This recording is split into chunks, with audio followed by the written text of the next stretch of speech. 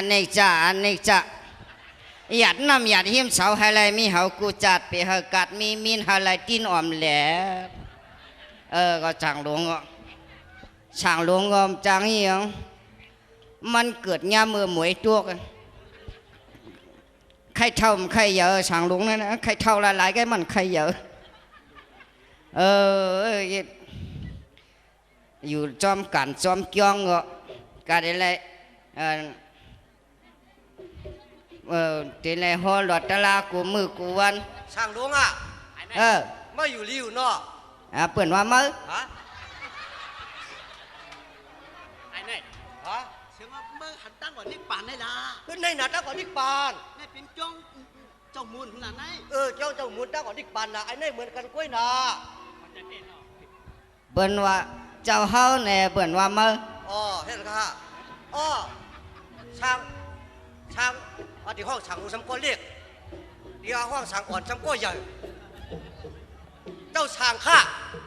ช้างกินข้าวเย้าค่ะเนี่ยเปิ่นว่ากินข้าวเปิ้นว่าจะคือข้าล่ะเปิ้นว่าชุงซ้อมเย้าเนี่ยเปิ้นว่าชุงซ้อมเย้าค่ะเนี่ยชุงเย้าเจ้าช่างข้าเปิ้นว่าเจ้าช้างเปิ้นว่าเจ้าหลวงเปิ้นว่าเจ้าหลวงสำก้อนเรียกอ่อนก้อยก็น่ะตัวเรียกก็อย่าเมียวนะยังเมียวยังอายุช่างหลวงข้าเจ้าหลวงข้ายี่อาบน้ำย่อเนี่ยอาบน้ำย่อเนี่ยเปิ้นว่าอาบน้ำเปิ้นว่าชอกเตะน้ำย่อเนี่ยเปิ้นว่านะชอกเตะน้ำย่อเนี่ยย่อเห็นไหนคันนี่มือไหนยี่น่ะไอ้ไตโก้คันนี่มันใครมาสอนกาจีเดี๋ยวเขาว่ากาข้างงาเดี๋ยวเขาว่ามึงนิกปานไอ้เขาใครกว่ามึงนิกปานมาสอนกาจีนะนี่เจ้าหลวงข้าไอ้ไตโก้คันในมันใครกว่านิกปานเดี๋ยวเขาว่ามันก็อย่าป้อใครกว่าเมืองนิกปานเนี่ยเลยมาห้องความห้องความจึงเนี่ยห้องตะปีติโยนี่ไอ้มาเจ็บจัดเสริมอะไรที่หืออันนู้เจ็บจัดจะอะไรพวกกว่ามึงนิกปานไอ้คุณโหเลี้ยงมาได้ก็เมียนะไอ้คุณโหเลี้ยงมาได้ก็เมียพวกกว่ามึงนิกปานเป็นอะไรเอาเป็นคนโหยฮะบ่ไม่อันก็เจ้าหลวงบ่เนี่ยทีไรถาหัวลุ่มเนี่ยก็หัวลุ่มในลำเนาะหัวล้อมึงอันไหนเขาได้ใครกว่าอย่าย้อนอะไรอย่าให้ท้าหัวล้อมอะไรมาว่าก็ใครถาหัวล้อมได้เฮ็ดกะปีเอาก็ได้รัดเนี่ยเมื่อ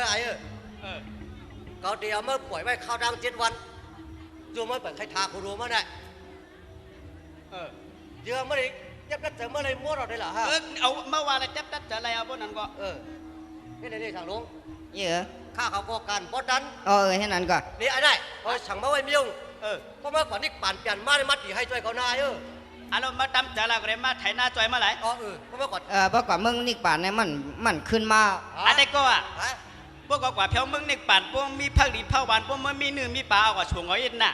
มาไล่กินไล่กินอ่ะเที่ยงฮะเที่ยงละฮะเพื่อนอ่ำกินกินความกินนะนี่ประเดี๋ยวเมื่อเนาะไว้บันทีเจ้าหลวงเหตัด7 วัน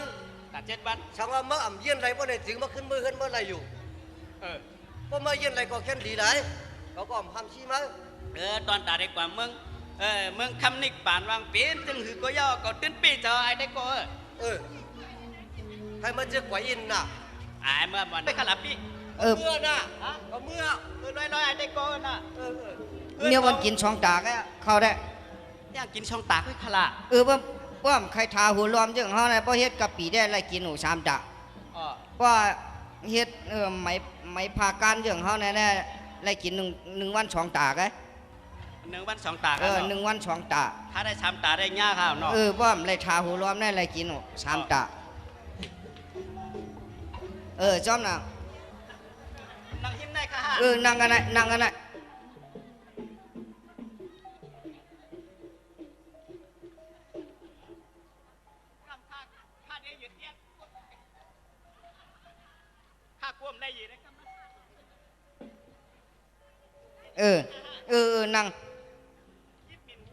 เพื่อนเย็บเพื่อนเอามือจังหรือจักแค่ไหน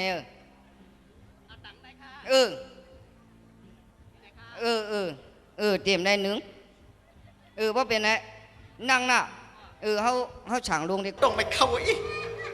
ฉันว่าไม่ได้กินข้าวอ่ะที่เล่นนักตลาดอ่ะช่องตัวม่วงว่ะแกวะปลาลอยอ่ะใจขาในแกวะปลาลอยอ่ะโลเกี่ยวกว่าลองตั้งดีเนี่ยนะป้มเฮ็ดไว้หาป้มเฮ็ดมหาจัดในจัดเดมากำเดตายเป็นเป๊กถึงเป๊กตาจูเปลี่ยนก้นมาในอำเมียดก็อย่าให้ซุ่มอารามอ่ะเปลี่ยนก้นมาเพราะว่าหนึ่งจัดในโลหะตั้งอยู่ตั้งต้านน้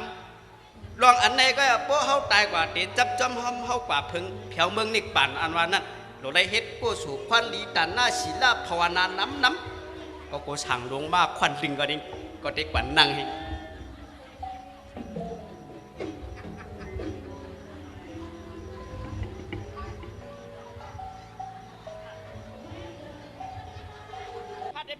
นี่ย้อนมื้อนี้เขาสั่งลุงดีกว่ามือเฮือนปอชะท่าเขาเขาหมอกเขาผิดกับซ้อมอ่ะ เมื่อเฮินเจ้าศรัทธาเขา เปิ้นกับซ้อมอ่ะ เอาพวกสั่งลงกินเชงจอกมาอย่างไทยยินพันนะ กินจอกไอ้แกงยอกกันนะ กินจอกไอ้แกงยอกอ่ะฮัลโหลก็ไม่ต้องไม่เข้าเนี่ยเนาะต้องกับพวกเกี้ยนั่นเนี่ยเกี่ยวกับย้อนชูลองตั้งดีเนี่ยนะเมื่อในก่อนกินมูพกมากก็ได้กินในตาทำอ่างจุลุงรู้อ่ะกินในปอกเหลียวยาวเป็นมดเรียงก็ได้ปัด